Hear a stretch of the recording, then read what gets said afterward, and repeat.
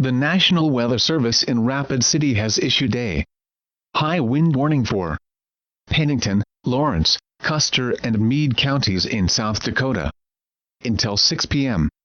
At 5:42 p.m., a thunderstorm producing extremely strong winds was located near Rapid City, moving east at 38 miles per hour. Hazard: wind south at 40 miles per hour with gusts up to 85 miles per hour. Source: radar indicated wind speeds. Impact: travel will be difficult, especially for high-profile vehicles. Empty garbage cans and other light, unsecure objects can and will easily blow away due to extreme winds. These dangerous winds will impact Rapid City around 5:56 p.m. Precautionary preparedness actions: people should avoid being outside in forested areas and around trees and branches.